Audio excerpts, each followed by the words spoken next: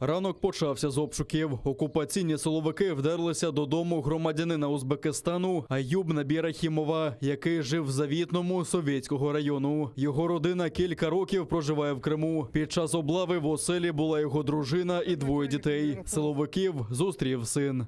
Утром вони постучались. Я проснулся, вышел, спросил, кто там, сказали полиция. Открыл дверь, направили оружие, сказали руки вверх. Знаючи, що в оселі тільки діти та жінка, зібралися сусіди. Втім, силовики їм нічого пояснювати не стали. Я пришел с утра в 6:30, приехала машина, 2 микроавтобуса, потом 1 легковая, и у них начался обыск. Когда я пришел, они меня не пустили. Я сказал, там женщина и 2 детей, они, может быть, боятся, давайте я зайду. И они меня сюда не пустили, сказали, следственные мероприятия идут, не сказали причину обыска. Обшук тривав більше 3 годин. В якості понятого взяли козака. В результаті вилучили 2 мобільних телефони та комп'ютер. Дружину Рахімова Сахібу Бурханову з 15-річним сином забрали до Ічкінського відділку окупаційної міграційної служби. Малолітню дочку залишили вдома. Я не знаю, что происходит, но вот так приходили, ну все, ничего плохого не сказали, не делали. Нет. А куда вас увозят? Забирают, куда забирают? Советскому забирают. Куда? Спортный стол сказали. А потом на сколько, на какой? Пройти нельзя. Спрашивайте, меня напирают. Привезут они, привезут? Нет, не привезут. Как это не привезут? Ты не плачь, Алашку привезут, все нормально. Да, иншаллах. На обшук прибув і керівник окупаційної міграційної служби Совєтського району Іван Чернік. За його словами, затримані не стали на облік. Они не стали на учет, я ее не собираюсь никуда это самое. Она нарушила законы Российской Федерации, поэтому надо было просто прийти, поставить на учет, и все вопросы бы исключились. И что из-за этого такая толпа должна приезжать, что она на учете не стоит?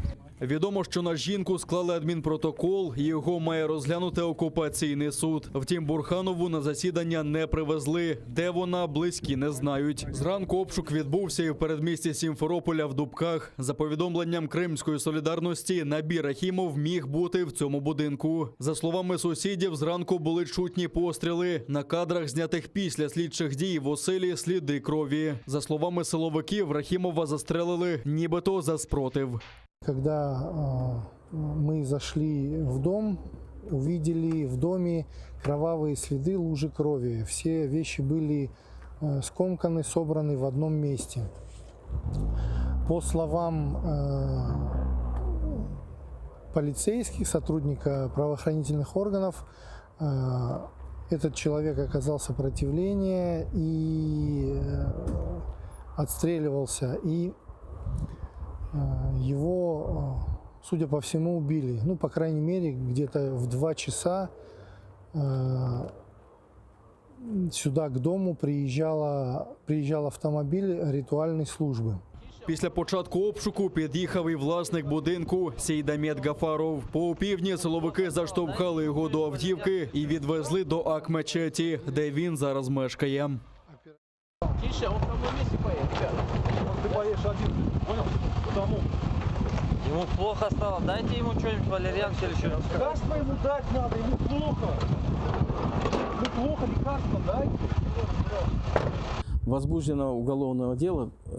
Ну, краешком уха я услышал по 317, это окружение вооруженного сопротивления сотрудникам, ну, по 317 Уголовного кодекса Российской Федерации.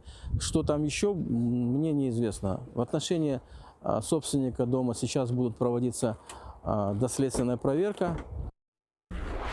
Окупаційний шантаж. Вчора зранку ФСБівці прийшли до кримсько-татарського підприємця, який планував провести в своєму закладі поблизу Сімферополя іфтар. Силовики тиснули на чоловіка і погрожували, мовляв, якщо не скасує захід, то матиме проблеми. Голова меджлісу Рефат Чубаров називає це черговим актом переслідування кримських татар окупаційною владою. Розуміється, що цей шантаж далеко не перший подобного рода предупреждения и ультиматумы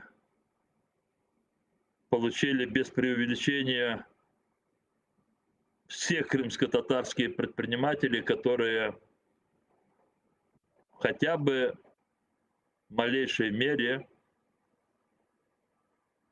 организовывали содействие в исполнении различного рода общественных мероприятий.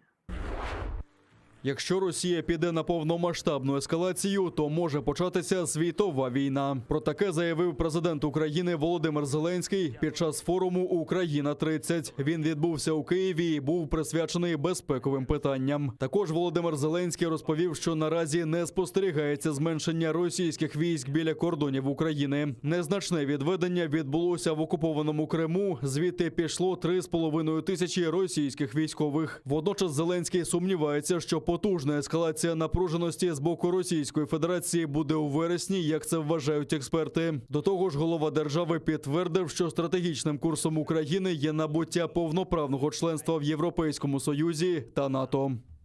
Для цього передбачається досягти у максимально стислі строки достатньої взаємосумісності Збройних сил України та інших складових сектору безпеки і оборони за відповідними структурами держав Альянсу і отримати запрошення та приєднатися до плану дій щодо членства в НАТО.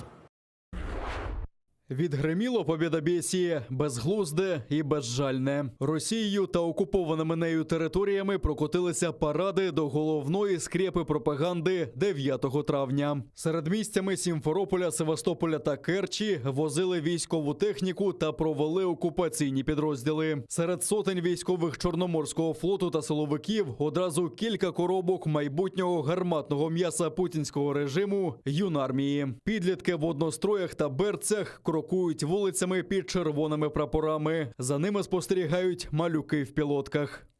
Сегодня юноармейское движение стало ведущим патриотическим молодежным объединением страны, в рядах которого более 745 тысяч человек. Водночас в Севастополі окупанти влаштували бойовий вишкіл для малечі, вбрали їх у форму та вчили стріляти з автоматів і жбурляти гранати. А в сусідній Росії пішли далі перевдягань. Немовляті вбрали пілотку, повісили автомат і георгіївську стрічку та навіть домалювали поранення.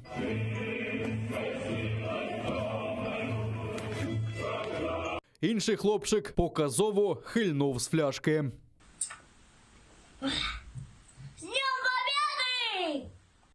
Свобода – це рабство, а війна – це мир. Своєрідну лекцію для молоді «Як родину любіть» провела губернаторка Ханты-Мансійського округу. Война – это победа. Война – это любовь. Война – это друг. Война – это будущее, заложенное в мире. На потіху кремлівському володарю по всій Росії на площі вигнали тисячі військових. Прокатали сотні одиниць нової та ретро-техніки. Але в гості до вигнанця приїхав лише один президент Таджикистану Емомалі Рахмон. Зупиніть Путіна, зупиніть війну. З таким закликом вийшли українці, білоруси та німці на головну площу Мюнхена Марієнплац. В день перемоги над нацизмом вони вирішили привернути увагу до злочинів, які коїть Росія на чолі з Владимиром Путіним. В руках тримали національні прапори та плакати зі словами «Зупиніть російський терор» та «Росія, забери свої війська з України». Учасники акції також закликали владу Німеччини до нових санкцій проти агресора. Meine Familie ist direkt von diesem Krieg, von der Aggression, der russischen Aggression betroffen. Моя родина постраждала від війни та російської агресії. Мій дядько живе на окупованій частині Донеччини. Також я маю родичів в Криму. І раніше не могли уявити, які жахи переживуть. На жаль, це повторилося. Путінський режим в Росії перетворився на фашистський режим, який зазіхає на інші країни, вдирається до них і анексує.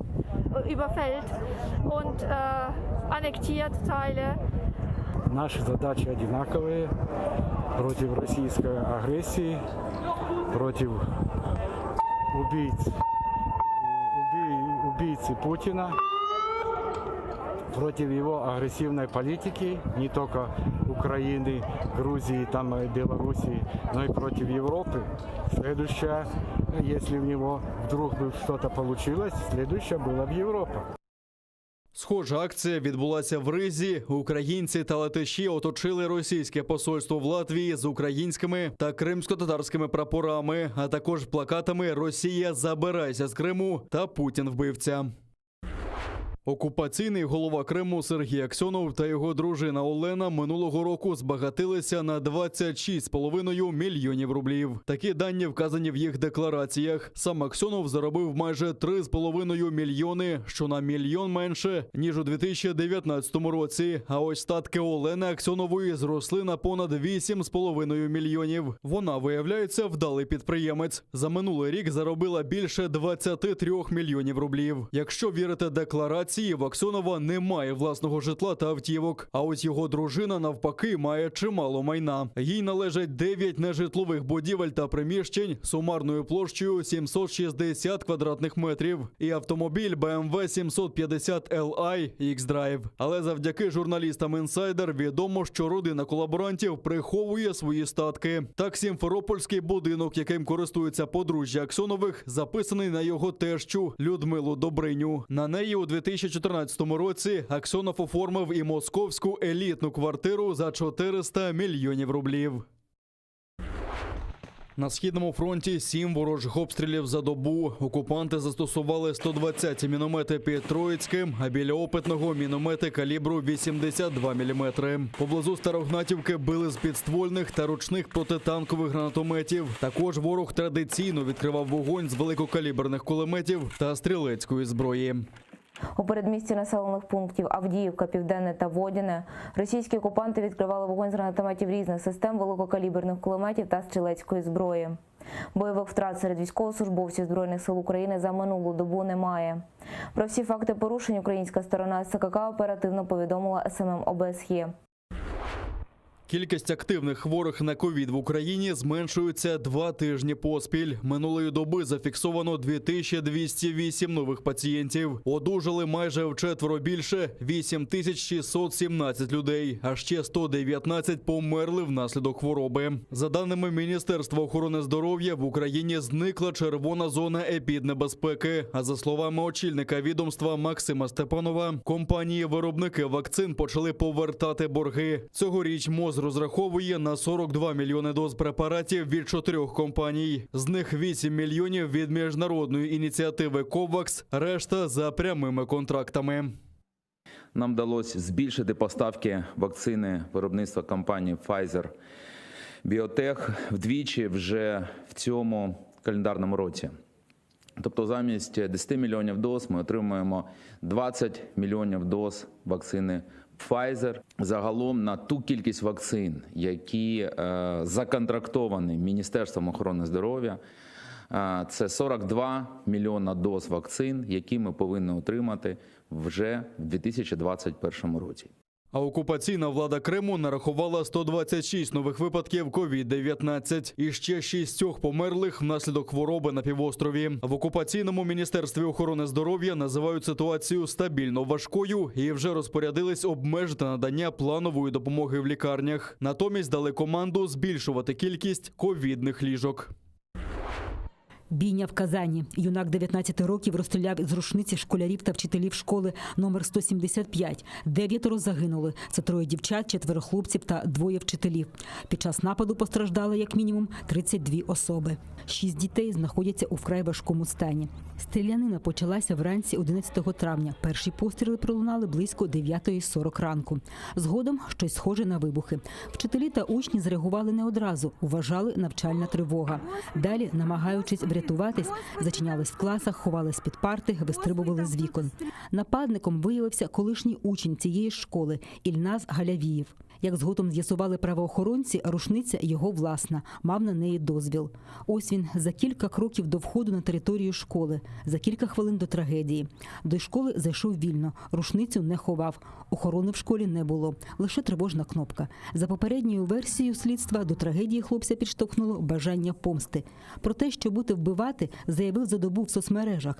В навчальному закладі, де числився до квітня поточного року, його назвали спокійним, охайним студентом, що поважав одногрупників та викладачів.